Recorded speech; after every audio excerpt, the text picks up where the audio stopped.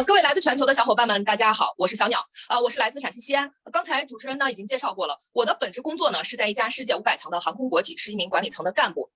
那么今天由我来为大家做这一场项目说明呢，其实它并不是因为我是这个团队最优秀或者说资源最好的那一个，其实恰恰是因为我代表了更多普通人可以在互联网这个领域里面获取一个逆袭自己人生可能的这样的一个机会。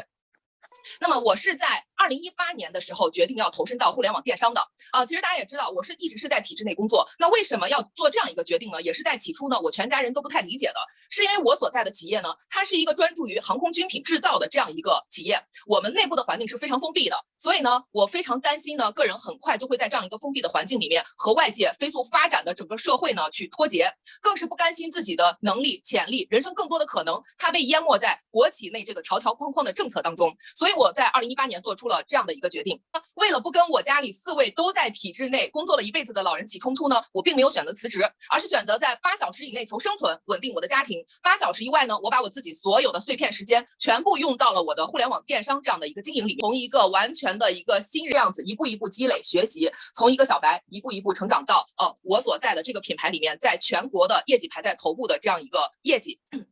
伴随着经验的提升呢，也有我个人财富的一个积累能力的一个提升。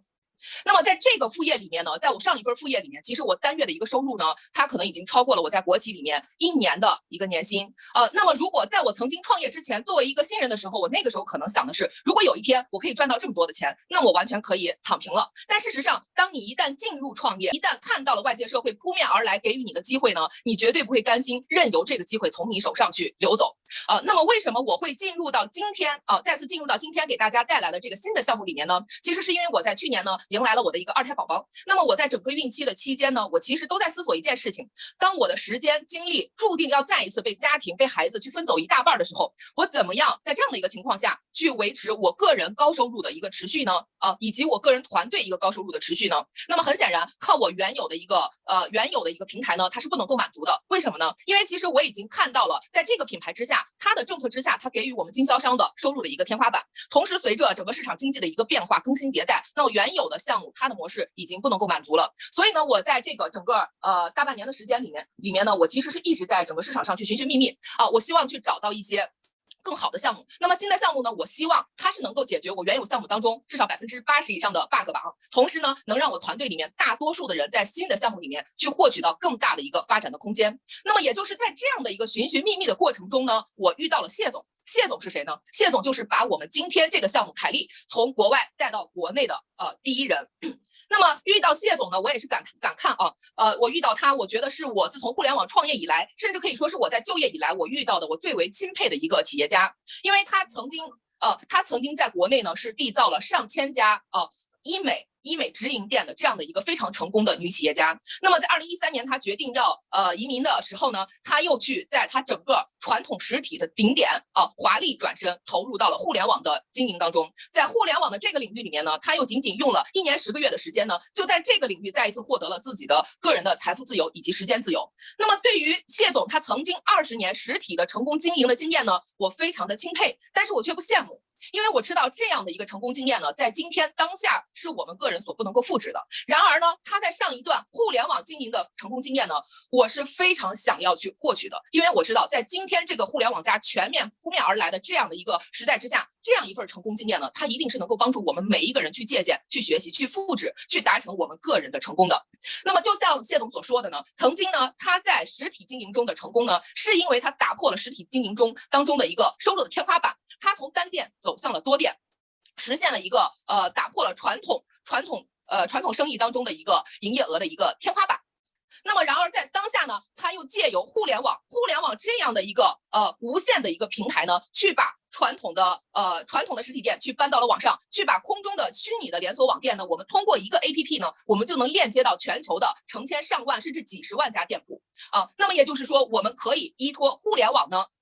这样的一个架立在空中的这样一个平台呢，也去打破我们个人的一个收入的天花板。同时呢，谢总呢，他让我感觉到非常钦佩的是，他把在传统企业当中的管理的标准化复制的管理经验运用到了他的互联网的经营当中。所以呢，他做出了这样的一个成绩，也是让我们大家都无比向往的。那么我非常感谢呢谢总在去年他个人事业上的一次新的选择，他的这一次选择呢，也让我们在人生的当下有了一个转折的机会。那么他遇到谢总呢，可以说是我以及我整个团队的一个贵人。那么对于大家而言，这个人这一场分享呢，它又能够意味着什么呢？也许以后我们再也不会相见，但也许这个商机呢，可能是大家迄今为止遇到的最为有机会、最为有前景的这样的一个项目。那么今天呢，就让我们大家抱着一个客观的一个心态，我们仅仅是去先立项后求证。对于这个项目，我们非常客观的去立项再求证。那么今天呢，就让我们一起去求证2个假设。首先，第一个假设有一个生意，它真的能够让我们去做到全球。那么第2个假设，有一个生意，在一笔非常轻的投入之下呢，它可以让我们去撬动互联网的领域当中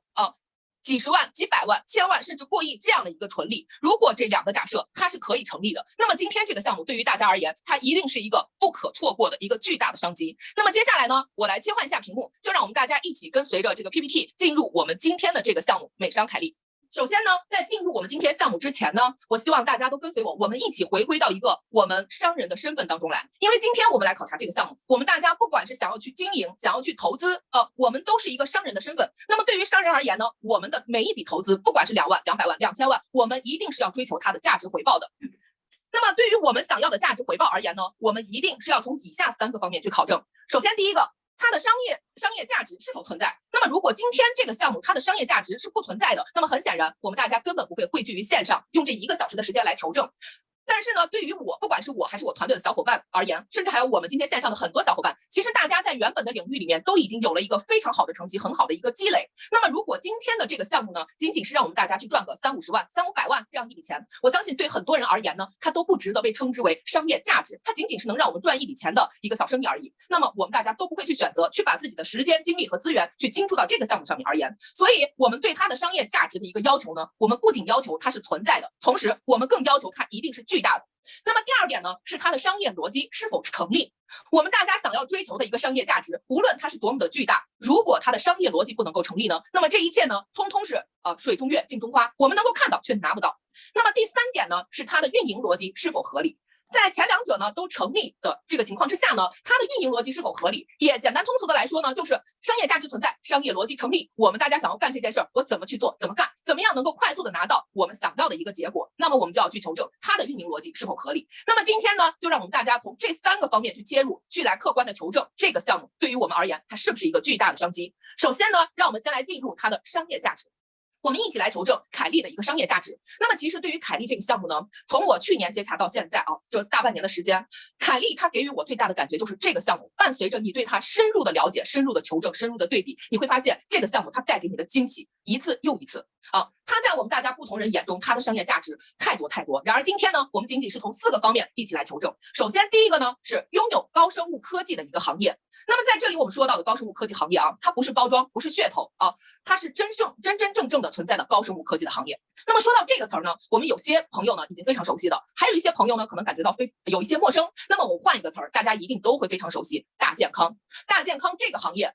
不管是在我们国内还是在全球范围内，其实这个行业它一定是大家公认的有着巨大潜力的这样的一个行业，也是未来的一个照样的一个行业。那么在大健康当中呢，它又分为2个板块。首先第一个呢，就是我们已经走入千家万户的一个基础大健康，就像我们大家的家里面都有像钙片呀、VC 呀、胶原蛋白等等这一类的产品，那么它们统称为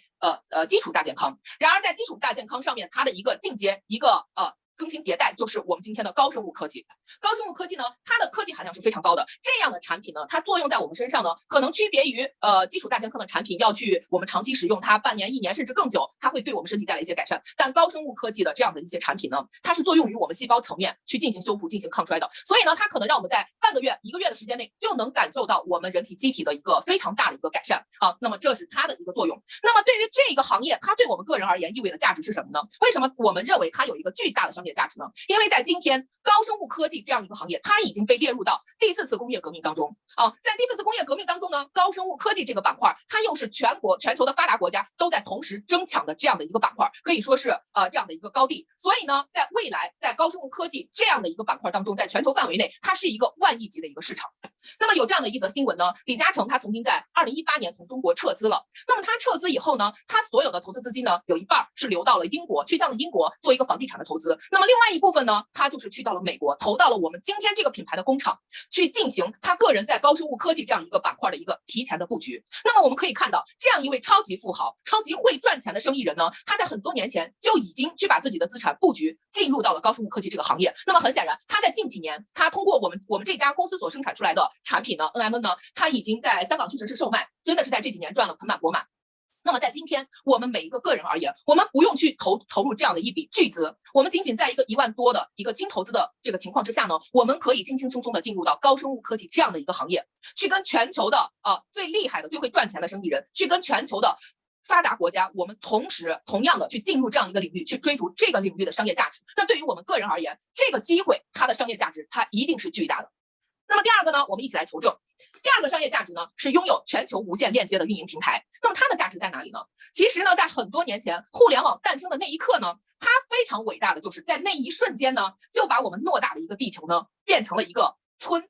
用互联网的链接把整个地球变成了一个地球村。那么村是什么概念呢？村是很小的，可能我妈妈在村口喊一嗓子，她就能喊我回家吃饭。所以呢，村的概念是很小的。那么今天呢，我们依托于互联网，我们在不到1秒钟的时间，我们就能跟另一个城市、地球另一端的另一个国家的人去1秒钟去链接。同时呢，我们今天借由凯利给予我们的无线链接的运营平台呢，我们可以通过这个平台跟全球任何一个角落的人去链接，去共同进行我们完成我们的这样的一个生意，这样一份创业。那么它对于我们个人而言，它的价值一定是巨大的。同时呢，在今天呢，互联网它是一个趋势，它是不因我们个人喜好、我们个人脚步快慢而停止的扑面而来，我们不可逆的一个趋势。那么很多年前呢，一场非典呢，大家都知道，这一场非典呢，它改变了我们的购物习惯，让大家把在线下的一个购物呢，通通搬到了线上。然而在今天，疫情蔓延至今已经第3年了。那么疫情它改变的不仅是我们的购物习惯、我们的生活习惯、我们的就业习惯，同时呢，还有我们大家的一个创业习惯。那么未来呢，跟我们大家生活息息相关的80%以上的物品，甚至是服务呢，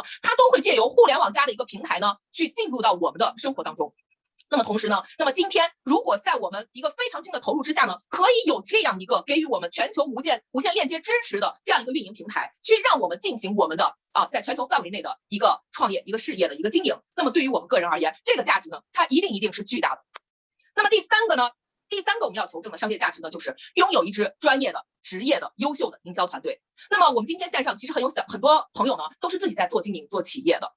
那么大家都知道，在今天呢，我们想要开一家公司，我们想要开一家甚至是一个工作室，首先第一件事，我们一定是要去招兵买马。那么对于我们每一个老板来说，我们都希望自己手下的是精兵强将。那么我们希望我们的员工每多具备一项优秀的素质，无论是985、211希望他是研究生学历、博士学历甚至更多。我们希望他越具备越多的一项优秀的素质，我们为其买单的一个成本就越高。然而在今天呢，我们开始凯利这一个事业的时候，我们不需要先去花重金组建这样一支优秀的团队，我们只需要去融入凯利，融入我们 F4这样一支团队就可以了。因为目前在我们这支团队里面，不但是有着超过20年以上的实体的成功经营经验，同时又有着近10年的在互联网领域当中，在整个全球范围内网络营销领域当中一个非常成功的一个经验同时借由这2项经验，我们在其上呢，我们又可以把它进行去标准的复制，去用到我们自己的一个经营当中。那么在目前在我们整个这一支团队当中呢，吸引进来的我们的合作伙伴呢，大家都是非常优秀的，在各行各业有着非常优秀的经验的。然而这一支团队在今天呢，它就属于我们个人，它是我们背后的一个巨大的支持。这样一支团队，它的一个非常高的一个综合素质呢，它是可以为我们个人去对冲我们在创业当中所遇到的一个风险，同时呢，它是可以为我们个人想要追求的一个巨大的一个结果去为我们去助推、去加速的。所以今天如果有一支团队已经属于我们自己的，那么它的价值一定是巨大的。那么第4个板块呢，是生产型企业将直面终端。那么在这里呢，大家可以看到在传统的经营模式呢，传统的经销模式当中呢，从终端的生产工厂到我们最终端的一个顾客，中间呢有非常多在一层一层赚差价的这样的一些环节。那么在未来呢，其实所有的生产型的企业呢，它都会转型，去掉中间所有的环节，去直面终端的用户。就像我相信大家呢，很多人都有去专柜，包括一些奢侈品的品牌，包括出国呢去一些奢侈品的购物的这样的一些经验。那么今天不管我们走到哪里，哪怕是我们去到爱马仕去购物，第一次购物的时候，它都一定会留下我们大家的个人联系方式，包括我们的手机号码、我们的邮箱号。那么其实这些品牌呢，它在国内都有自己的一个经销渠道，并且呢也是有着一定的区域保护的。那为什么他们还是要去获取我们的一个个人信息呢？其实很简单，所有的终端生产型企业呢，它都在为了直面终端的这一天去做准备。当有一天终端用户的数据储备的足够多的时候，时机成熟的时候，那么这些终端的企业呢，会砍掉中间的所有的环节，直面终端的用户。那就是我们今天所说的去中心化，也是凯立率先做到的一个去中心化的一个模式，也是我们国内的传统的经营的模式，它会大家都在进行一个一步一步的转型这样的一个过程。然而在今天呢，我们大家所要做的就是率先的在去中心化的经营模式来到的全面到临的那一天呢之前，我们去把自己转变为这个模式当中不可脱离的一个环节。然而今天凯立给到我们大家的就是这样一个机会，让我们在去中心化的一个模式之下呢，我们每一个人只是用一个用户的成本去入场，我们就成为了这样的一个品牌与终端全球用户对接的这个过程当中不可脱离的一个环节。所以呢，这一点呢，对于我们大家而言呢，它的价值一定是巨大的。为什么？因为在未来呢，所有的经销商是无货可卖的。那么在今天呢，我们所看到商业价值，我们从4个板块呢去求证，他们的商业价值都是巨大的。然而今天这4大商业价值，它不是简单的去进行一个叠加，因为我们大家都知道哈，我们能够看到所有的人事物品牌，它的发展其实都会有着一个线性的一个规律，可以说有着一个抛物线这样的一个规律。当我们想要进入的这个领域呢，如果它已经达到了它的顶点，那么在之后呢，它会慢慢的走上一个下行的一个趋势。然而在今天我们看到的这4大商业价值呢，它通通还处在一个底部，处在一个洼地。然而背后呢，又有着实力巨大的4大庄家在拉动他们。那我们一起来看看是谁在拉动他们。首先第一个呢，是高生物科技这样的一个行业，其实就是全球的发达国家同时在对它进行拉动。那么全球无线链接的运营平台背后在拉动它的是不可逆的一个趋势，是互联网这样的一个趋势。那么专业职业的优秀团队呢，是我们整个 F4团队在拉动它。我们这样的一支团队呢，今天在凯立全球范围内，是凯立在全球范围内实力最为强大的一支团队。同时呢，我们率先的把这样的一个项目带到了国内，那么是我们在整体去拉动这样的一个板块。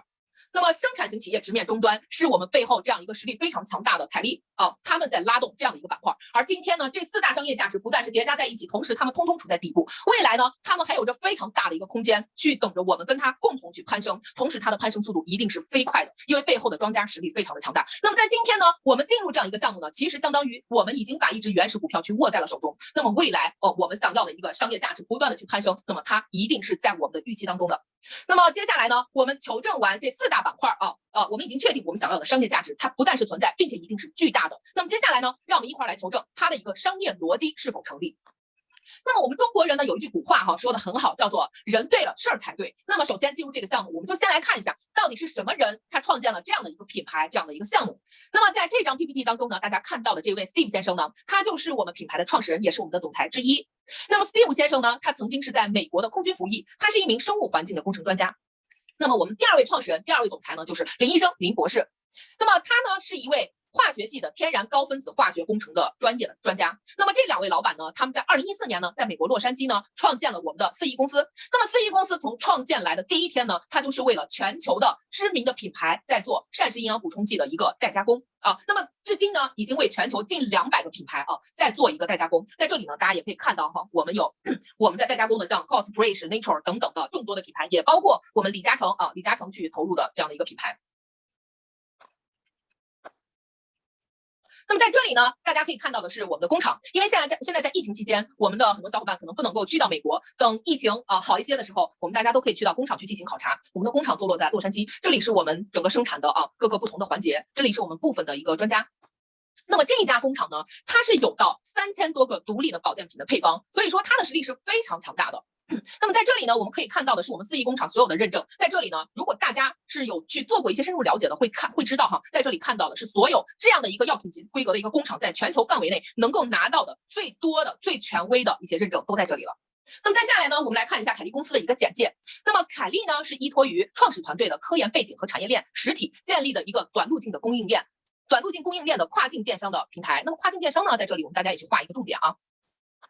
它是为了全球的用户和家庭去输送高品质的膳食营养补充剂的。那么为什么要在跨境电商这里去画一个圈呢？因为如果大家有关注新闻的、日常看新闻的这样的一个习惯呢，都会知道跨境电商呢，目前是我们国家在大力去推进、去发展的一个新的经济模式。那么，所以呢，我们这样的一个项目，它不仅是踩在了互联网电商、高生物科技的风口之上，同时呢，它也是踩在了国家政策之上这样的一个风口之上，所以我们也拥有了一个政策方面的一个红利。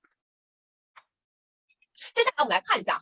这一家公司它的一个品牌价值观，为什么一定要提一下它品牌的一个价值观呢？因为呢，如果一个品牌它是想要去赚一笔快钱，去割一茬韭菜就走，它大概率不会有什么让大家能够感知到认同的一个品牌价值观。然而凯利所提出的长期主义、平衡共生，真的是我想跟大家去重点去讲一下的。因为我在曾经的经营过程当中啊，在这将近5年时间呢，我也了解了市面上众多的一些品牌。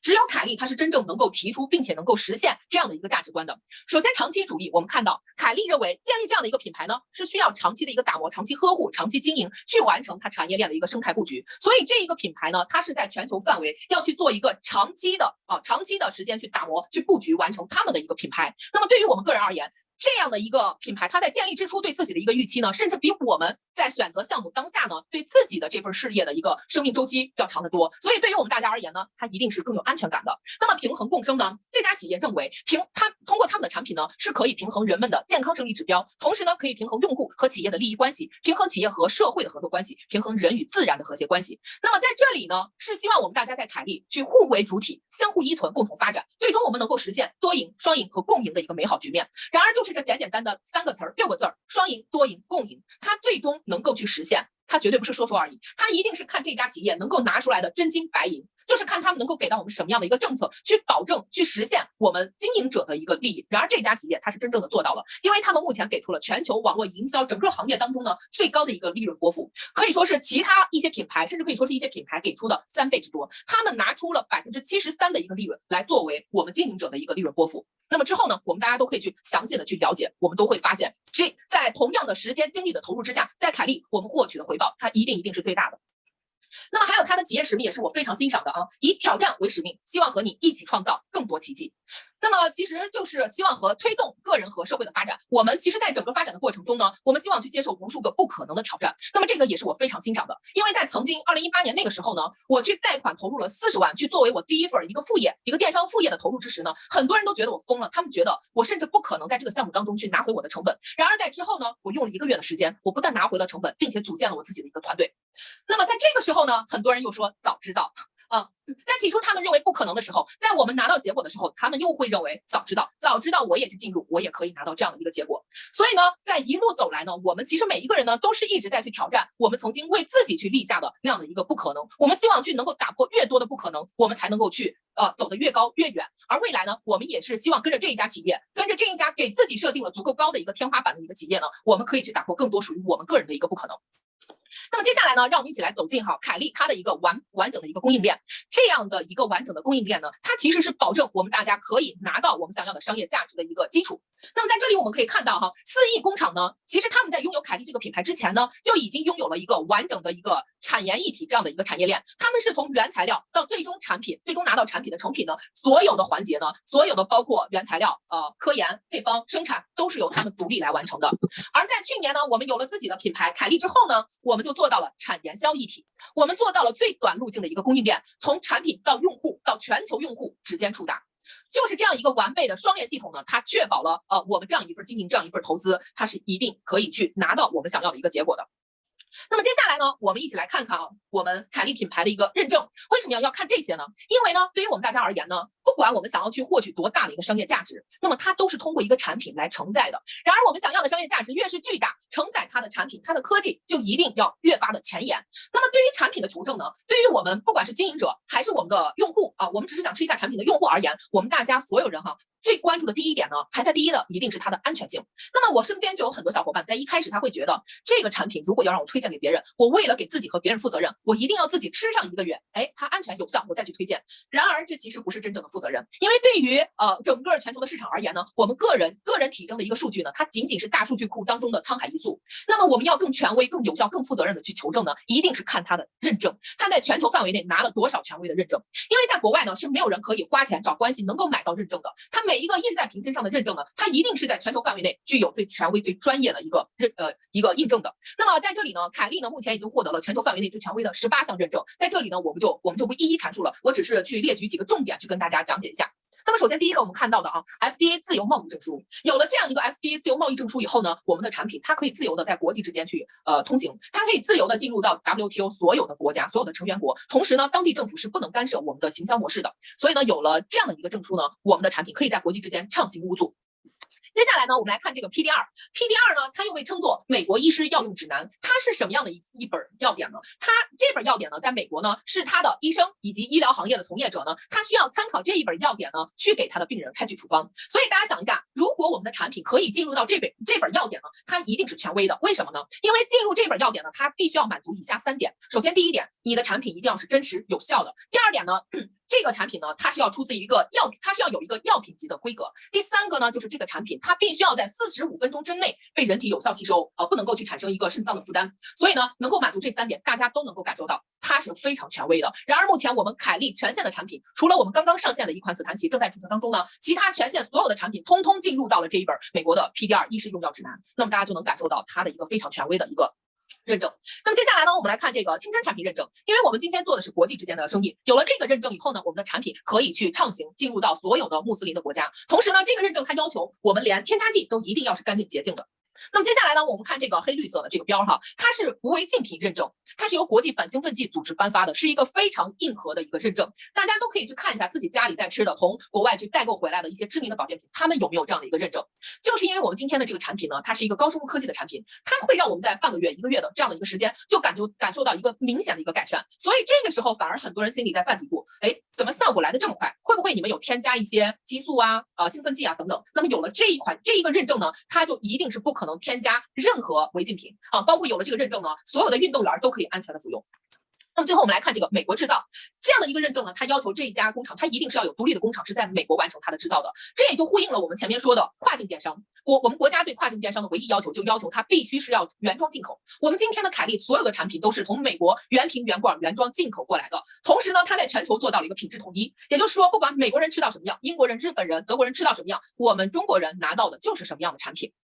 这区别于很多像澳大利亚、新西兰的一些产品，今天想要进入到我们国内的一些渠道，在国内的一些线下的渠道去进行销售的时候，他们是走一般贸易贴白标进来的，那就必须要服从去满足我们国内的一些标准的监管，所以呢，他们就不得不去更改产品的配方。大家会发现，就像 Swiss 吧，你在国内买到的版本和你从国外代购进来的，它的版本是不同的，他们的这个效果也是不同的，所以呢，性价比就是更是达不到了。然而今天凯利它给我们做到了这一点做到了全球范围内的品质统一。同时呢，我们还又拿到了一个 Canada Health 的一个认证，就是我们全线产品呢，它都可以进入加拿大这样的一个国家。那么在全球范围内，我相信我们大家都知道加拿大和日本他们在食品药品这方面的监管都是最为严格的，尤其是加拿大，因为加拿大呢，它是一个全民医保的一个国家。那么大家呢，通过医保去购入这样一款产品呢，最终出现任何问题，那通通是由国家来买单的。所以呢，很多澳大利亚、新西兰我们熟知的一些品牌的一些保养品，它其实都是不能够进入加拿大的。然而我们凯利是全线产品畅行无阻，我们就能感受到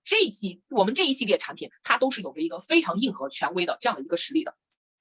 那么接下来呢，我们来简单的介绍一下我们的几款产品。那么在这里呢，我们就不进行过多的赘述我对我们凯利的2款王炸产品给大家进行一个简单的介绍让我们对这一系列的产品都更有一些更深的一些认知。那么这2款产品，我们的一个复方 NMN 呢和我们的新气片呢，它其实都被称作为是凯利的2款王炸产品。同时在去年的11月，我们在中国上海举办的国际进口博览会呢，当时在7号馆，它整个7号馆呢都是生物科技一类的产品。那么这2款产品的出现呢，可以说是碾压了整个馆里的同类的产品，也就是说这2款产品可以为我们做到在全球范围内没有竞品。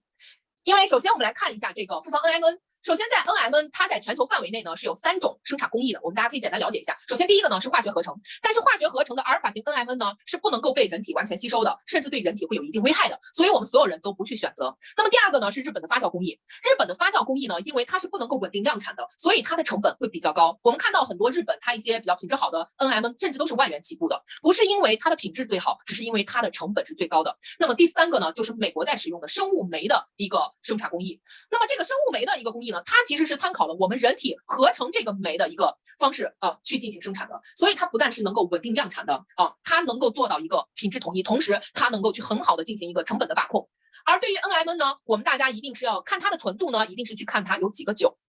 在全球范围内呢，一些 NMN 呢，其实他们的不好意思，我来切换一下这个 PPT 在全球范围内呢，其实我们看到的一些通常见的一些 NMN 呢，它的纯度是可以达到99.4%到99.7%，而我们的凯利呢，它可以达到99.92%。那么大家不要小看这些数字，感觉都近乎100%，其实它的纯度每差0.1%，它的吸收率就要差到2到5倍，同时它的价格也要差2到5倍。而今天我们凯利呢，我们是99.92%的特级贝塔 NMN，不同于其他品牌，有一些是1级，我们是特级的。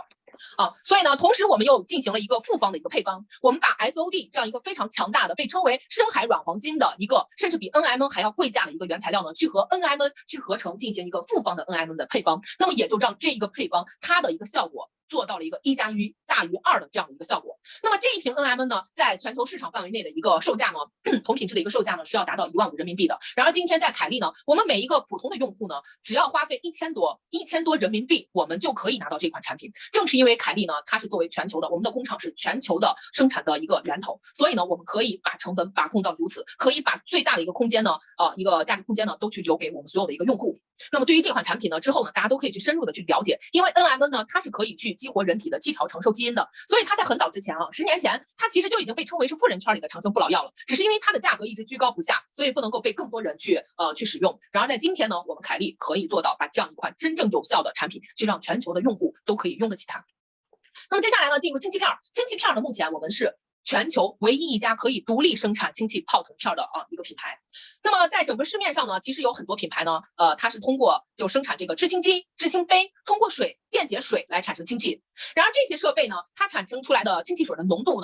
比较低，只能达到2%。然而我们今天这个1粒氢气泡腾片呢，它就可以去制作成一杯浓度达到12%的氢气水。同时呢，只有我们具备一个锁氢的技术，因为氢分子呢，它是大自然里面最轻的一个元素，非常容易逃逸。只有我们有技术可以把它去稳定留存在水中，同时呢，可以稳定留存4个小时。那对于氢气是干什么的？我们知道的人呢，他是很多人是奔着这款产品来的，还有一些我们朋友可能对氢气还不是很有概念。那么氢气呢，它的一个作用就是可以靶向清除我们体内的恶性自由基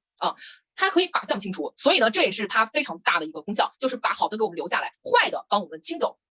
那么我们的钟南山院士他曾经说过这样一句话没有氧气活不了，没有氢气活不好。那么我们钟院士他的整个医疗团队呢，也是把这个氢气的技术呢，去运用到了癌症以及新冠的临床治疗之上。所以呢，在今年这2年呢，在国内呢，其实有很多人呢都在寻求氢气类的一些产品和项目。然而凯利呢这一款产品是可以做到全球独家真的是我们的一个王炸。它让我们大家在这个商业领域当中，可以借由这款产品与别人遥遥领先。那么这里呢可以看到氢气的好处很多，这里只是我列举了一小部分。为什么呢？就是因为它从源头上去清除掉了我们身体衰老、炎症等等呢出现的这些的一些源头，去切断了，去清除了这个恶性的自由基。所以呢，它对我们机体的改善可以呈现出非常多的一些好的改善。那么之后大家都可以去进行详细了解。这个是我们的脑力健可以穿透血脑屏障呢，去给我们大脑去进行细胞修复、供给营养益生菌。这是我们的一个贝塔单方 NMN。这里我简单去提一下其实这款产品呢，它也是我们2位老板建立凯利这个品牌的一个初衷，就是因为我们看到全球上百家的企业把借由我们生产出来的产品去进行了10倍甚至几十倍的一个溢价去售卖，然而却不能够让更多的人去用到这种真正有效的好产品。所以我们建立了凯利，我们去生产了这些产品，让全球的用户都能够用得起，让它可以进入到全球更多的人们的家庭当中，去真正改善人们的一些生活。那么这一款单方的 NMN 呢，在我之前经营的品牌里面，我作为一个40万级别的经销商拿到它的价格呢是需要1880但是我们的品质它没有凯利的品质高，而我们终端的售卖价呢是2980，而今天凯利的这款单方 NMN 终端的用户拿到它只需要500多的人民币，所以大家可以看到，其实它只有市场价格的一个1/6。所以呢，我们大家可以感受到这个品牌它带给我们大家的一个巨大的一个商机。那么以上呢，当我们求证完商业价值及商业逻辑，它们通通成立是我们想要的以后呢，我们如何去进入，如何去完成，去拿到我们想要的商业价值，我们就要一起来求证运营逻辑。那么今天呢，我们大家去完成运营的这一个部分呢，我们就是通过我们这一支团队 F4 团队来完成我们想要的一个运营，拿到我们的一个结果。那么在这里呢，我先对我们的 F4 团队呢进行一个介绍。为什么我们的名字呢会叫做 F4？ 它的由来大家可以看到，现在屏幕上呢4个 F。首先第一个 Family 家庭，对于我们团队的所有小伙伴而言呢，家庭一定是排在第一位的。我们的所有的经营、努力、付出，都是为了去提升整个家庭的一个幸福感，提升我们家庭的生活品质。那么第二个 Follow 跟随，在今天呢，我们就是跟随这个品牌，跟随这个团队，一起去拿到我们想要的结果。Future 未来，那么未来是什么呢？我们今天看到，不管是互联网、高生物科技、跨境电商，它通通都是未来。